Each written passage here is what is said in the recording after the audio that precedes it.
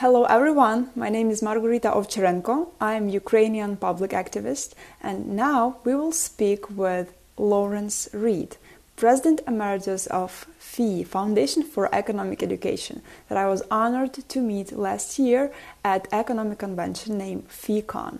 So take your notepads because we will speak about leadership, and don't forget to subscribe to my channel. Lawrence, I'm so appreciate you found the time for an interview. And I want to testify this conference organized by FEE I attended exactly 1 year ago has completely changed my life. And I started my own project to grow liberties in Ukraine, a news aggregator where FEE articles and videos, of course, are regularly featured.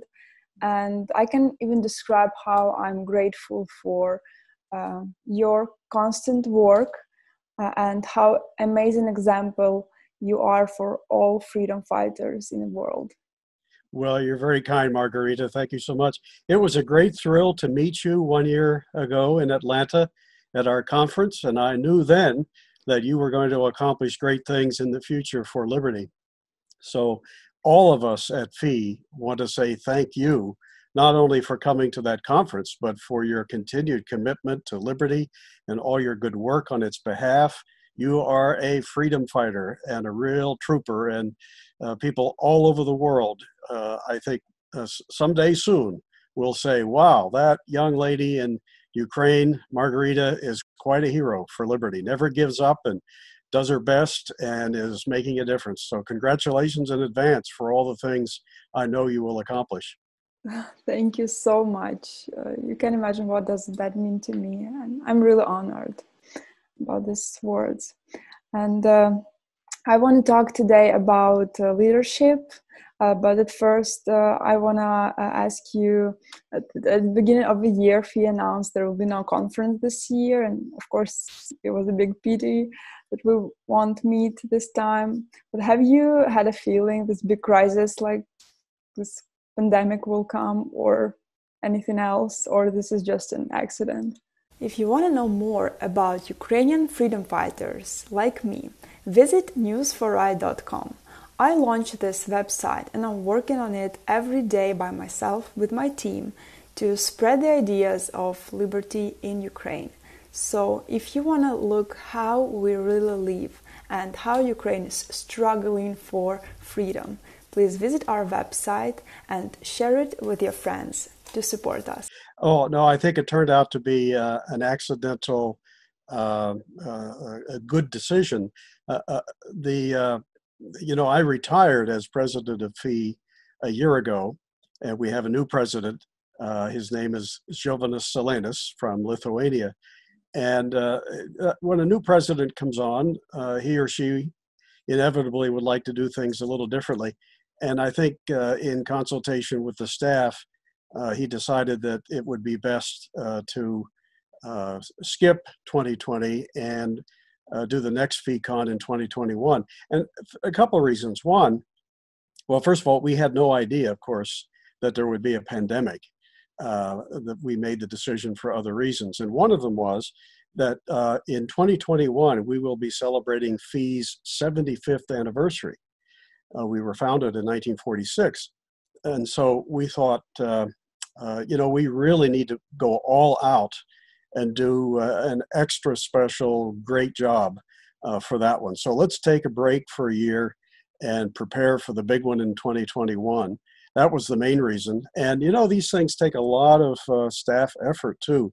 So I think the staff welcomed an opportunity to take a breather and plan for the big one in 2021.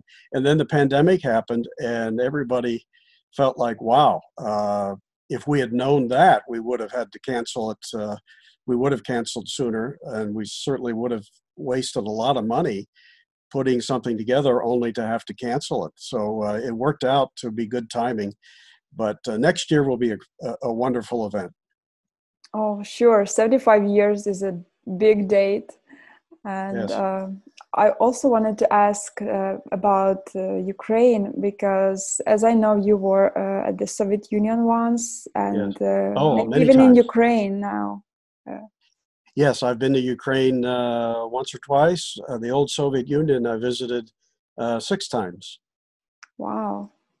Time. So, have you had a good impression about Ukraine when you was here? Oh yes, yes, very much. In fact, that was first time was August of 1991, and as you know, that was a very important year in Ukrainian history. And Sure. the breakup of the Soviet Union happened a few months later in December, and the independence movement at the time was very active. There was, of course, RUK, RUKH, and they were demonstrating on behalf of Ukrainian independence outside my hotel room in Kiev. And so I went out and participated. I carried the blue and yellow flag, and that was a great moment for me. But I found the Ukrainian people extremely friendly. In spite of all the hardships they had endured, they were upbeat and optimistic and excited about the changes and looking forward to the possibility of independence, which happened a few months later. And I remember the some of the scenery near the capital with all the windmills, and I just have many fond memories of the tours, the sightseeing, and the people of Ukraine from that first visit in 1991. Wow, this is amazing. And I also know you were really supportive in 2014. You wrote about Ukrainian revolution, and you supported our citizens fighting against this Yes, repressive government. the Thank you for Maidan that. uprising. Yes, anytime people assert their desire for liberty, to be free of oppression, to have basic liberties of speech and press and assembly and being able to run for office and have the government accountable and responsible. I support people as strongly as I can because that's the way we were supposed to be. That's the way we're supposed to live.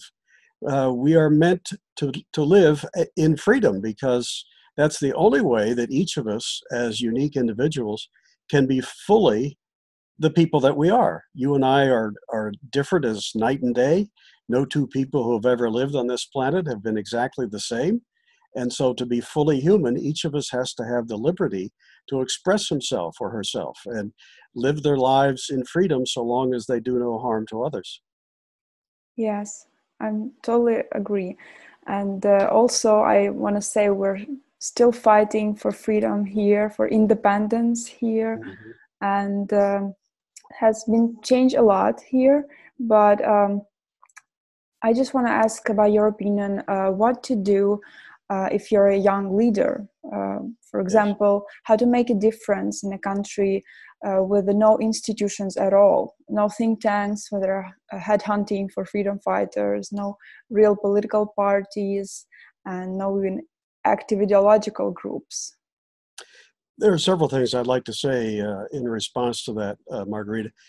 One is, uh, of course, it's always difficult for me, somebody who lives 10,000 miles away, to tell someone who is living and breathing the situation on the ground every day. But to the extent it's possible, I would say, first of all, never give up. Never become pessimistic about the opportunities for success. Never decide, hey, it's all over. I can't make a difference. So I'm not going to work for what I know to be right. Because that is the one thing that will most assure that you'll have a terrible future. If good people who know what the right thing to do if they give up, if they say, well, I don't think I can make any difference, well, then that's a self-fulfilling prophecy. So never give up. A close second would be become as knowledgeable as you can be on the case for liberty so that people seek you out and say, hey, tell me more. I see you have really studied this. What are some of the arguments that you're trying to advance? So be as knowledgeable as you can in economics, in history, in philosophy, in current events in your country. And close behind that is personal character. In a lot of ways, it's the most important, but so maybe I shouldn't rank them this way, but character makes all the difference in the world. If you want to be persuasive, if you want to convince others of the case you're trying to make, they have to find you to be believable. They have to respect you as a person because you are principled. You live the way you talk. No double standards. That what you say is what you do. And so people look at you and they say, "Wow, what you see is what you get." That person is honest, humble, patient, courageous, responsible. All the traits that don't we wish more people in the world behaved that way? So if you cultivate your character and your ability to communicate, you have a magic formula for eventual success. Now, we can never predict when we'll be successful. In fact, I think you should plan when you join the battle for liberty, you should plan to be in it for life, simply because that's the way human history has always been. Freedom is always under assault. There are always people who are willing to take your freedom from you if you give them the chance. And so good people who believe in freedom always have to defend it, stand up for it, work on its behalf. Never assume that there'll be some day when you can just quit and say we've succeeded and we never have to join this battle again.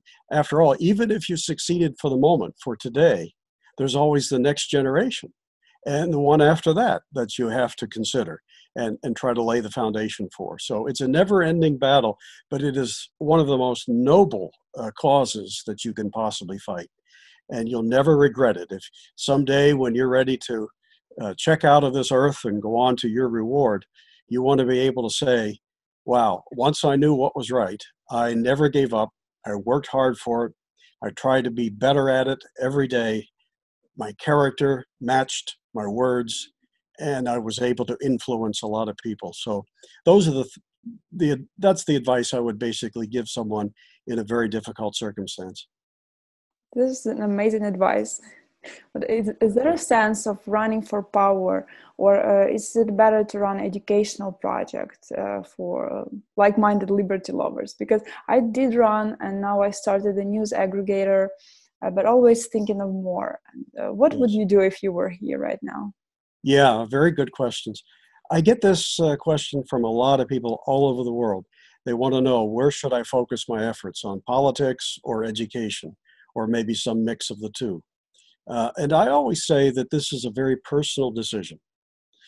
Keep in mind that the two are very different in some ways. I mean, you can certainly be in politics and also practice education. In fact, some of the very best pro-liberty politicians I know, like Senator Rand Paul of Kentucky, they do a lot of both. He's in politics. He's in a position of power to try to influence policy, but he also uses every opportunity to educate.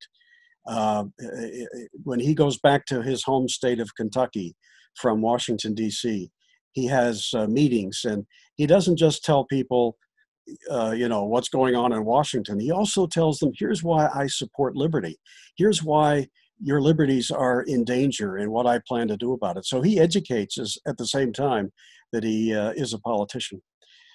So you can do both, but each person who has committed himself or herself to liberty has to decide, where are my strengths?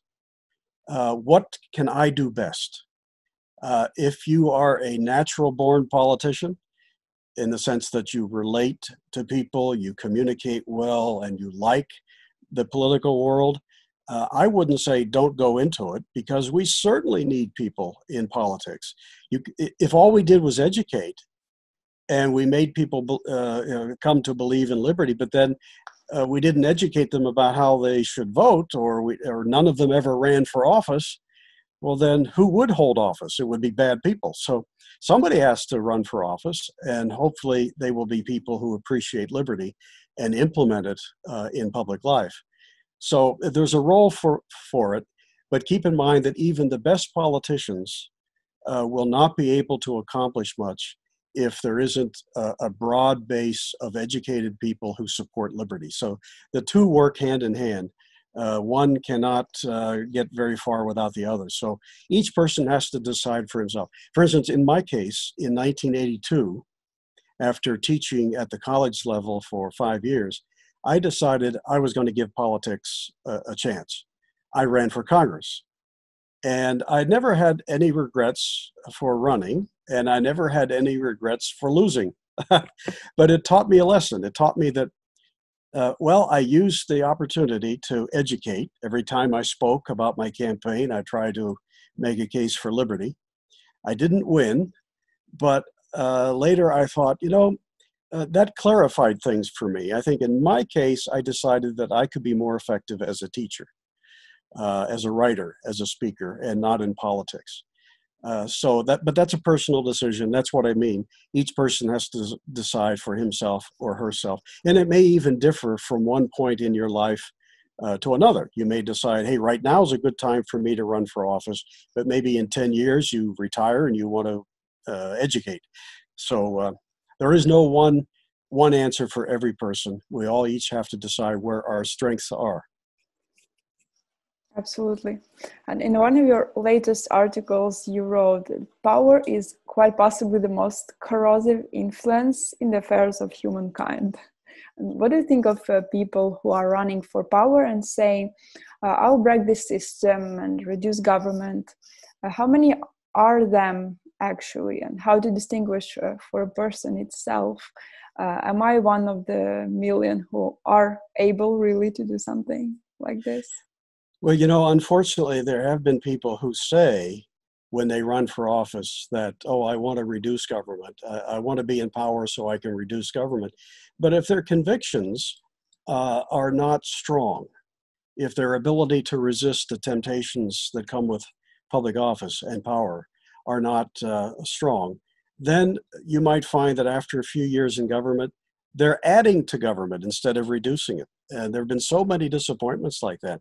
There's so many temptations in government to the growth of power. And quite often it takes even good people and sort of puts them on the wrong path. So you have to be on guard against that. That's why it's important to find people for public life, for politics, who have first demonstrated the strongest possible convictions and hopefully activity as well on behalf of liberty, so that they can withstand the temptations if they get elected and stick to their principles. Now, for people who are running for power just for the sake of power, I would tell them you're running for the wrong reason. Power is the most corrupting influence I can think of, and there'll be endless temptations in government for you to compromise, to change your positions, to please this or that group at the expense of other people. And if you don't have solid convictions in the first place about how evil power can be, you will succumb to those, and you will become part of the problem instead of part of the answer. So look for people of strong convictions and who hopefully don't want to make government a career. I think, if you think, oh, I want to run for government and be in government for the next 40 years until I retire, you can just about bet that that person will sooner or later be corrupted. So I like people to run for office who believe in liberty, want to go for a time to try to implement it, but then have their minds on returning to the private sector to build wealth, create opportunities and employment for people, and add to society, not simply redistribute what others have earned. Absolutely. And my role model was always Margaret Thatcher. Oh, yes. And I was absolutely impressed when I heard that she's your personal hero too. And Yes. you actually even know her. You had lunch with her a while ago Yes. when she just was a prime minister. Yes. Twice I met her. In 1996, she was no longer prime minister at that time. And we had her as our speaker at FEE's 50th anniversary in New York City. And so I have pictures with her at that occasion. And then later in 2002, I met her in London and was part of a relatively small group that had dinner with her. And I was able to converse one-on-one directly with her on both occasions. And she was an extraordinarily impressive woman, a woman of solid conviction. Now, she wasn't a dictator, so a lot of people say, but she didn't get everything done. Well, she wasn't a dictator. She had to work with what she had in Parliament, and but she definitely was a woman of strong beliefs and convictions, and she tried to reduce the size of government, and in many respects, she did. She cut tax rates, she privatized a great deal, and she set such a wonderful example in so many ways. She spoke always about rebuilding Britain into an entrepreneurial culture of people who wanted to create wealth instead of simply demanding a share of what other people had created. Yes, she is a hero of mine and a real model for aspiring people who believe in liberty and want to go to government. Yeah, a lot of people know her name, but they don't know much about her personality as a freedom fighter, I guess. Yes. And can you please name one example that you think really describes her personality the best? Oh, okay. This is a story that I first learned about from a column in the Wall Street Journal by Peggy Noonan, who worked for President Reagan. And as she told the story, this was in about 1982. Margaret Thatcher had just led Britain in the successful war in the Falklands, recovering the Falkland Islands from Argentina. She was at the peak of her popularity. She had a completely male cabinet, no women in her cabinet. I don't know why, but I think she tried to find, the best, but they just happened to be no females at the time. But the men, many of them, were a little bit cowardly, and she was always trying to encourage them to develop a spine and be strong. And according to the story, just after a meeting of the cabinet, they adjourned to a room next door for dinner. And there she is, seated at the end of the table, and her members of the cabinet around the table. And as the waiter approached, he was about to say something to the prime minister when she simply said, "I'll have the beef." And the waiter said, "Okay, Madam Prime Minister, what about the vegetables?" And then she looked at the other men around the table and said, "Oh, they'll have beef too." And I cite that example because, first of all, it shows that she had a sense of humor, and she did. She knew when to show it. And she was also a pillar of strength. I mean, Of she could say course. that, uh, yeah, to men of power, and she didn't bother her, and so I think that personified Margaret Thatcher. She beneath the surface of the Iron Lady, there was a sense of humor and a wonderful, gracious, caring person. But she also knew that as a leader, you have to show strength and principle in order to prevail. This is an amazing story, and I remember you told this at FI. I was just crushed, and Oh, now it's my favorite story too. okay. Well, it's strange how she haven't became a real role model for all those modern feminists who are writing against masculinity. This is a great story for the feminist, actually. Oh, absolutely. It's a tragedy that reveals where a lot of feminists really are coming from, that she hasn't been upheld as such a role model by those people. Because for years, I remember before she became prime minister, you had a feminist movement saying, "Oh, we have to elect women to positions of high authority." Well, okay, Great Britain did that, but the feminist community, for the most part, never celebrated Margaret Thatcher. And that reveals that what was first on their agenda was not advancement for women, but rather, or opportunities for women, but rather their left-wing socialist agenda. That was more important to them. And Margaret Thatcher didn't believe in that. So even though she was a woman who achieved high authority and did it on her own, many feminists couldn't recognize that because their first priority was very different from what they publicly professed it to be. Yes, and at FI, you're not using labels, actually, words right, left, conservative, and liberal. And from your lifetime experience, is this the way that is most efficient in the goal of education? In one sense, I wish we could use a shorthand label and do so accurately and without confusing people. But those terms have now been beat up and overused and used improperly by so many for so many decades that every time we might be tempted to use them, like left or right, you have to worry about, will they really know what I'm talking about? Because sometimes those labels now have become an excuse to stop thinking. People say, oh, he's left wing, or he's right wing, or she's conservative, or she's liberal, or whatever. And then they stop thinking. They think, oh, well, then I know what that person believes, and I know why they believe it. When labels serve that purpose, they cease to have real meaning, and they can become confusing and very misleading.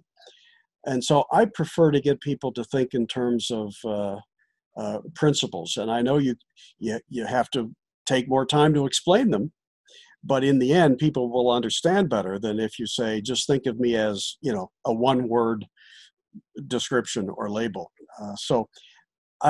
They are convenient, but often they're very misleading. So I tend not to use them. Larry, thank you so much for all the amazing answers, for your hard work, and for your example. And I was more than happy to see you now for this time. And I hope I'll see you at the 75th anniversary in Atlanta next year. That would be great. It'd be wonderful to see you, Margarita. And meantime, let me just say again that you are a very impressive young lady, and I applaud your efforts to educate people in Ukraine and elsewhere about the principles of liberty. Keep it up. It's the most noble thing you can do in any political and economic sense, and you'll never regret whatever time you have put forth on behalf of these ideas. Good luck in all that you do, and never hesitate to let us know at FEE if we can be in any way of further assistance.